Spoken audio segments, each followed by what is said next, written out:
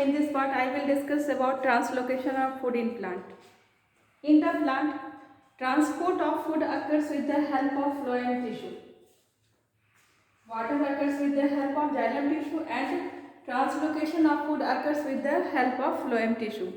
There are 4 elements or cells of phloem tissue: sieve tube, companion cell, phloem fiber and phloem parenchyma.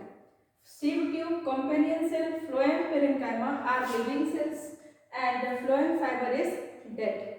So these 3 are living and 1 cell is dead. However, in xylem 3 cells were dead and only 1 cell was living, and the living cell was xylem parenchyma. But in phloem 3 living cells are present along with a dead cell which is phloem fiber. Now see the structure of sieve tube and companion cell. These 2 cells are main water conducting elements. These 2 helps in conduction of food. Food conducting element. These 2 sieve tube and companion cell helps in conduction of food in plants. So let's see the structure of sieve tube. Sieve means porous. Sieve tube lie one upon the other and their adjoining wall contains some minute pores which are known as sieve pores. These sieve pores are present on a sieve plate which is present between 2 sieve cells. So ये sieve tube cells है और इसके बीच में ये sieve plate है और ये porous है, इसको sieve pore कहते हैं. चूंकि ये porous होता है इसलिए इस सेल का नाम sieve tube है. sieve means porous. ये सेल के पास न्यूक्लियस नहीं होता, इस सेल के पास बहुत सारे सेल ऑर्गेनेल नहीं होते, लेकिन फिर भी ये लिविंग होता है क्योंकि इसके बगल में इसका कॉम्पेनियन, इसका फ्रेंड सेल प्रेजेंट होता है and that companion cell is called and that friend cell is companion cell. Companion cell का न्यूक्लियस सिव ट्यूब के फंक्शन को भी रेगुलेट करता है, इसलिए सिव ट्यूब भी लिविंग होता है, कॉम्पेनियन सेल भी लिविंग होता है. ये इस तरह से अरेंज होता है प्लांट में. अब ट्रांसलोकेशन कैसे होगा, ट्रांसलोकेशन कैसे होगा प्लांट में, इसको एक्सप्लेन करने के लिए हमारे पास एक थ्योरी है जिस थ्योरी को हम कहते हैं मास flow hypothesis. This mass flow hypothesis was proposed by मंच. साइंटिस्ट है मंच, उसने प्रपोज किया है मास फ्लो हाइपोथेसिस. क्या कहता है mass flow hypothesis? According to mass flow hypothesis, photosynthesis occurs in the leaf cell. Suppose this is leaf cell where photosynthesis occurs, and in this process of photosynthesis glucose is synthesized. यहाँ पर ये photosynthesis में glucose को synthesise करता है. ठीक है, ये ग्लूकोज को ये चेंज करता है सुक्रोज में, और सुक्रोज को ये एक्टिवली, क्योंकि ये एक सॉल्यूट हो गया और सॉल्यूट अपने आप ट्रांसलोकेट नहीं करेगा, तो इस सुक्रोज को ये लीफ सेल एक्टिवली एनर्जी को खर्च करके इस सिव ट्यूब के अंदर डालता है. ये सिव ट्यूब का साइटोप्लाज्म है, इस साइटोप्लाज्म में सुक्रोज आ गया. सुक्रोज यानी शुगर आ गया, शुगर यानी सॉल्यूट आ गया. शुगर के आने से जो सिव ट्यूब का साइटोप्लाज्म होगा जो लीफ के बगल में है, ये साइटोप्लाज्म कंसंट्रेटेड हो जाएगा.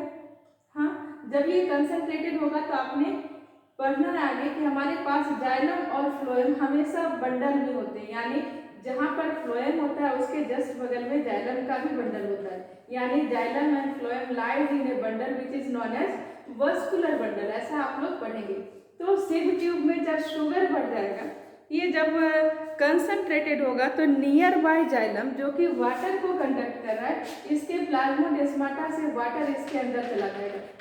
ठीक है, जब वाटर इसके अंदर चला जाएगा तो इसके अंदर वॉल्यूम बढ़ेगा और इसके कारण ये प्रेशर डेवलप करेगा. इस प्रेशर के कारण ये सॉल्यूशन जो इस फर्स्ट सिव ट्यूब में था ये बह करके इसमें आ जाएगा. ये अगर फर्स्ट है ये बह के सेकेंड में आ जाएगा और ये ऐसे ही थर्ड में आ जाएगा, और इस तरह से एक एक करके सारे सेल्स में जैसे जैसे शुगर आता जाएगा वैसे वैसे जाइलम से वाटर फ्लोएम के सिव ट्यूब में जाएगा, वॉल्यूम बढ़ेगा, बह करके नेक्स्ट सेल में आएगा, फिर सुक्रोज यहाँ आ गया, फिर सुक्रोज के आने से वाटर इसमें जाएगा, फिर वॉल्यूम बढ़ गया, और इस तरह से पोर से फ्लो कर जाएगा ये सुक्रोज, और फ्लो करके ये उस जगह पर जाएगा जहाँ पर इसका सिंक है. सिंक मतलब लीफ क्या है, तो लीफ इज सोर्स. सोर्स इसलिए क्योंकि यहाँ पर फूड बनता है। और सिंक क्या है, जहाँ पर इसका स्टोरेज होगा। इस तरह से ये स्टोरेज साइट तक पहुँचता है। स्टोरेज साइट पर पहुँचने के बाद अगेन एक्टिवली हम स्टोरेज साइट पर सुक्रोज को एक्टिवली लोड कर देते हैं और सुक्रोज इस तरह से सोर्स टू सिंक तक किसी भी डायरेक्शन में मूव कर सकता है, क्योंकि सोर्स और सिंक का डायरेक्शन फिक्स नहीं होता है। लीफ के ऊपर फ्रूट हो सकता है, फ्रूट में हम सुक्रोज को स्टोर कर सकते हैं, तो लीफ से ऊपर भी जा सकता है, नीचे भी जा सकता है। लेकिन वाटर का ट्रांसपोर्ट यूनिडायरेक्शनल था, लेकिन फूड का ट्रांसपोर्ट यूनिडायरेक्शनल नहीं रहेगा। ये किसी भी डायरेक्शन में सोर्स टू सिंक तक फूड को भेजेगा। याद रखना है कि दो लोडिंग, फर्स्ट और लास्ट लोडिंग एक्टिवली होता है, बाकी सब जस्ट ये फ्लो कर जाता है, बह जाता है। इसलिए इस थ्योरी का नाम है मास फ्लो हाइपोथेसिस। अब ये थ्योरी वाकई ऐसा होता है, इसको लैब में प्रूफ करने के लिए मंच ने 2 ऑस्मोमीटर लिए सेमी परमेबल मेम्ब्रेन के, और उसको एक वाटर से भरे हुए जार में रख दिया। ऑस्मोमीटर ए को कनेक्ट किया है ट्यूब के सहारे, और इस ट्यूब से इसमें शुगर को ऐड किया गया। जब ऑस्मोमीटर ए में शुगर का एडिशन हुआ तो बाहर में जिस जार में वाटर था, इस जार का वाटर, इसमें शुगर ऐड करने से जार का वाटर इसके अंदर एंटर करने लगा, करेगा एंटर, क्योंकि वाटर अपने हाई पोटेंशियल से लो पोटेंशियल में जाता है, या लो कंसंट्रेशन से हाई कंसंट्रेशन में। यहाँ पर गाढ़ा हो गया तो कंसंट्रेशन अधिक हो गया, यहाँ पर कम है तो ये वाटर इसके अंदर एंटर कर जाएगा। इसके अंदर वाटर एंटर करेगा तो इसके अंदर वाटर का लेवल इंक्रीज करेगा, और फाइनली ये ए से बहते हुए किस में चला जाएगा, बी में चला जाएगा। वैसे ही जैसे इसमें वाटर का कंसंट्रेशन इंक्रीज करने के कारण बह करके ये इसमें आ गया था, वैसे ही इसमें ये इसमें से फ्लो करके इसमें आ जाएगा, और इस तरह से नेक्स्ट में चला जाएगा।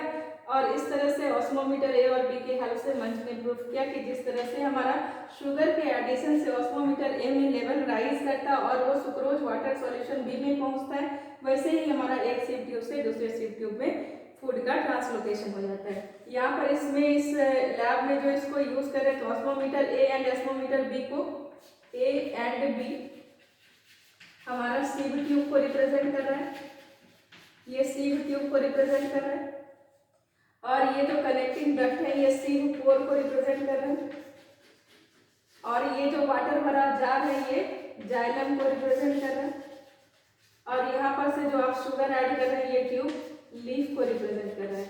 लीफ से शुगर ए में शुगर आने के कारण वाटर इसमें एंटर, जिसके कारण लेवल राइज, और ये लेवल राइज होकर के ये बीच में बी में आ गया आपका शुगर के साथ वाटर। और इस तरह से हमारा मास फ्लो हाइपोथेसिस कहता है कि फर्स्ट लोडिंग और लास्ट लोडिंग एक्टिवली होता है, बाकी सब ऐसे ही फ्लो के थ्रू आपका सुक्रोज सोर्स टू सिंक तक पहुंच जाता है, ट्रांसलोकेट हो जाता है। ठीक है।